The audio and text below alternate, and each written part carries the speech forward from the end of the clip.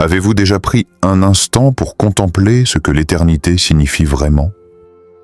Le paradis n'est pas un simple rêve lointain, ni une idée vague perdue dans les nuages. C'est une promesse vivante, profonde, offerte par Dieu lui-même. Un lieu de paix parfaite, de beauté infinie, mais aussi de transformation intérieure et d'émerveillement éternel. Aujourd'hui, je vous invite à découvrir 7 vérités bouleversantes sur ce que vous vivrez réellement là-haut. Et la 4e pourrait bien changer votre perception à jamais. Fermez les yeux, ouvrez votre cœur et entrez dans ce voyage sacré. 1. Explorer la création divine, en vivre en harmonie avec les animaux. Imaginez une nature totalement pure, sans violence, sans peur. Une terre renouvelée, où chaque être vivant reflète la paix originelle voulue par Dieu. Vous marchez dans un vaste paysage baigné de lumière, et à vos côtés, un loup repose paisiblement près d'un agneau. Plus loin, un lion majestueux vous regarde avec douceur. Vous approchez sa crinière dorée sans crainte, et posez votre main sur lui comme on salue un vieil ami. Vous plongez ensuite dans une mer cristalline, où des dauphins dansent autour de vous, leurs mouvements pleins de joie, comme s'ils vous invitaient à célébrer la vie. Cette vision n'est pas un rêve. C'est celle décrite dans Isaïe 11:6. Le loup habitera avec l'agneau, la panthère se couchera avec le chevreau, le lion, comme le bœuf, mangera de la paille. Une paix absolue régnera entre les espèces. La création tout entière sera réconciliée. Ce monde brisé que nous connaissons, marqué par la peur, la prédation, la souffrance, sera entièrement restauré. Chaque créature deviendra un témoin vivant de la tendresse divine. Chaque arbre, chaque brise, chaque chant d'oiseau proclamera la gloire de Dieu, comme le dit le psaume 19:1. Les cieux racontent la gloire de Dieu, et l'étendue manifeste l'œuvre de ses mains. Vous marcherez en harmonie avec les animaux, non comme un maître, mais comme un frère, un compagnon du vivant. Il n'y aura plus de morsures, plus de crainte, plus de fuite. Seulement la confiance, la beauté et la paix. Vous serez libre. Libre de courir dans les prairies sans limite, de vous allonger dans un champ en pleine sérénité, de contempler l'horizon infini sans jamais ressentir d'angoisse. La peur n'aura plus sa place. Et dans cette absence de peur naîtra une joie profonde, une joie sacrée, celle de faire un avec la création, comme au commencement. Ce sera un émerveillement constant, une découverte infinie de l'amour de Dieu inscrit dans chaque être vivant. 2. Rencontrer les héros de la foi, en retrouver les êtres aimés. Vous êtes-vous déjà demandé ce que cela ferait de vous asseoir en face de Moïse, de le regarder dans les yeux et de l'entendre vous raconter, avec sagesse et humilité, ce qu'il a ressenti en marchant à travers la mer Rouge? Ou peut-être de croiser David, le berger devenu roi, et de l'écouter avec un sourire lumineux vous décrire le courage que Dieu lui a donné lorsqu'il s'est tenu devant Goliath, une simple pierre à la main, mais une foi inébranlable dans le cœur. Ce ne sont pas des contes, ni des symboles lointains. Ce sont des rencontres que Jésus lui-même a promises. En Matthieu 8:11, il dit « Beaucoup viendront de l'Orient et de l'Occident, et ils seront à table avec Abraham, Isaac et Jacob dans le royaume des cieux. » Imaginez cela. Un repas partagé avec ceux dont la foi a marqué l'histoire du salut. Vous les entendrez, non comme des légendes, mais comme des frères et sœurs, riant, racontant, partageant. Mais au-delà de ces figures bibliques, une promesse encore plus douce vous attend, celle des retrouvailles, de ceux que vous avez aimés ici-bas, ceux dont la voix vous manque. Ce regard familier, ce rire que vous pensiez ne plus jamais entendre, sera là. Vous les retrouverez. Et dans ce moment sacré, tout le poids des séparations terrestres disparaîtra. Les larmes ne couleront plus. Il n'y aura plus de deuil, plus de départ, plus de silence imposé par la mort. Ce sera un câlin retrouvé, un souffle mêlé au vôtre, une paix profonde, celle de savoir que rien ni personne ne vous séparera plus jamais. L'amour vivra pleinement dans l'éternité, et cette joie, rien ne pourra jamais la briser. Pas le temps, pas la distance, pas les douleurs d'autrefois. Juste la communion parfaite, la chaleur des retrouvailles, et la promesse tenue d'un Dieu fidèle, celle de nous réunir pour toujours dans sa lumière. 3. Habitez des demeures magnifiques, préparées par Dieu dans le silence de votre cœur. Avez-vous déjà rêvé d'un lieu qui serait entièrement fait pour vous? Pas un simple abri, mais une demeure profonde, paisible, façonnée selon l'essence même de votre âme. Ce n'est pas un symbole. Ce n'est pas une image poétique. Jésus l'a affirmé en Jean 14,2 « Il y a plusieurs demeures dans la maison de mon Père. Je vais vous préparer une place. » Ce lieu existe. Il est réel et il porte votre nom. Imaginez entrer dans une maison baignée de lumière, où chaque détail reflète qui vous êtes dans le regard de Dieu. Chaque pièce y résonne d'une paix parfaite. C'est votre chez vous. Un lieu où vous vous sentirez instantanément en sécurité, compris, aimé.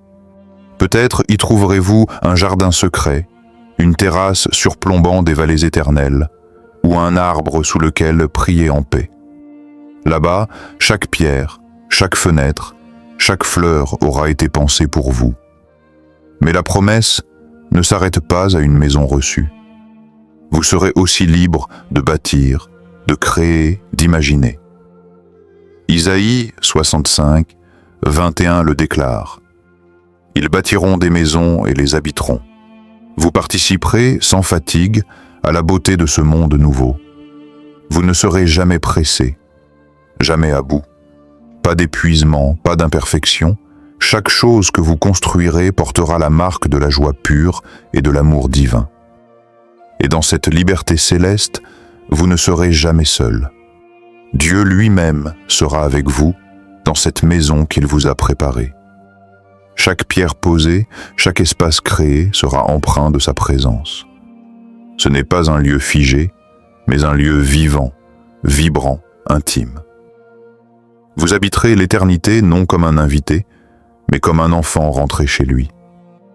Bâtir, créer, habiter, avec Dieu. Voilà le vrai visage de l'éternel repos. 4. Une guérison parfaite de tout votre corps. Celle-ci va vous bouleverser. C'est ici que tout bascule, là où l'imaginaire touche l'infini. Fermez les yeux un instant et imaginez votre corps libéré de toute douleur. Plus aucune trace de maladie, plus de fatigue, plus d'ombre dans la chair. Ce que vous avez enduré dans le silence, ce que vous avez porté dans le secret. Tout cela s'éteint doucement, comme un souffle qui s'en va et ne revient jamais. Là où il y avait la souffrance, il y aura désormais la légèreté. Vos jambes ne trébucheront plus. Vos poumons ne seront plus courts de souffle. Vos mains, vos yeux, votre cœur, tout en vous retrouvera sa forme originelle, parfaite, telle que Dieu l'avait pensée dès le commencement. Ce qui était brisé sera réparé. Ce qui était lent, alourdi, abîmé, s'élèvera. La parole l'a promis. En Isaïe 35, 5, 6, il est écrit « Les yeux des aveugles s'ouvriront, les oreilles des sourds s'ouvriront. Le boiteux bondira comme un cerf, et la langue du muet éclatera de joie. » Ce ne sont pas des images, mais des vérités éternelles. Vous connaîtrez une force nouvelle, un élan de vie pure. Vos pas ne connaîtront plus la lourdeur. Vos mouvements seront fluides, dansés, libres comme le vol de l'aigle. Isaïe 40, 31 l'affirme. Ils courront et ne se fatigueront point. Ils marcheront et ne se lasseront point. Vous serez vous, mais dans la lumière, dans la plénitude, pleinement vivant, vibrant d'une santé céleste, dans un corps glorifié, éternel. Rien de ce qui vous pesait ici-bas ne franchira les portes du royaume. Ce sera la délivrance totale. Et ce n'est pas un espoir lointain, c'est réel, c'est promis, c'est préparé. Le moment viendra où vous serez debout, léger, souriant, et vous saurez que plus rien ne pourra jamais vous blesser. 5. Goûtez aux fruits de l'arbre de vie. Pouvez-vous imaginer un fruit si parfait qu'à chaque bouchée, vous sentez la vie vous traverser? Pas une simple douceur terrestre, mais une nourriture céleste, pure, intouchée par la corruption du monde. Un goût si profond, si lumineux, qu'il éveille en vous quelque chose d'éternel. Ce fruit existe. Il pousse sur l'arbre de vie, planté au cœur de la cité de Dieu. Dans Apocalypse 22, 2, il est écrit que cet arbre sacré produit 12 fruits, un différent pour chaque mois de l'année. Une diversité infinie, une richesse renouvelée, un cycle de délices sans fin. Chaque fruit portera une essence unique, un secret de Dieu confié à votre palais. Et ce ne sont pas seulement ces fruits qui donnent la vie. Ces feuilles elles-mêmes sont destinées à la guérison des nations. Elles porteront la paix là où il y avait la guerre. La consolation là où il y avait la perte. Ce fruit n'est pas symbolique. Il est une réalité promise, une régénération concrète. Il ne nourrit pas seulement le corps, il élève l'âme, il parle au cœur. Chaque saveur sera une célébration silencieuse, une prière vivante qui monte vers Dieu sans mots. Vous ne mangerez plus jamais par besoin, par manque, mais par amour, dans la joie pure de communier avec le Créateur. Et jamais, non jamais, vous ne connaîtrez la faim, ni celle du ventre, ni celle du cœur, car vous mangerez à la table même de Dieu, une table où rien ne manque, une table de partage, d'abondance, de lumière. Goûter à ce fruit, c'est goûter à la vie telle qu'elle aurait toujours dû être, pleine, paisible et offerte en cadeau. À chaque bouchée, vous saurez que vous êtes chez vous et que la vie éternelle a le goût de l'amour parfait. 6. Cultivez votre propre jardin céleste. Le travail au paradis ne sera jamais un fardeau pesant, mais une source de joie pure et de satisfaction profonde. Il ne s'agira pas d'une corvée, mais d'un élan naturel, d'un acte d'amour envers la création. Isaïe nous rappelle que « Mes élus jouiront de l'œuvre de leurs mains », un témoignage vibrant de ce bonheur à cultiver, créer et voir grandir. Imaginez-vous planter une vigne, poser délicatement chaque graine dans une terre fertile, puis contempler avec émerveillement chaque fruit mûrir dans une perfection éclatante, fruit d'un soin attentif et d'une patience paisible. Votre jardin céleste sera un lieu vivant, vibrant sous vos doigts, un espace de beauté où chaque fleur, chaque plante répondra à vos gestes. La fatigue n'existera plus, ni la lutte, ni la frustration.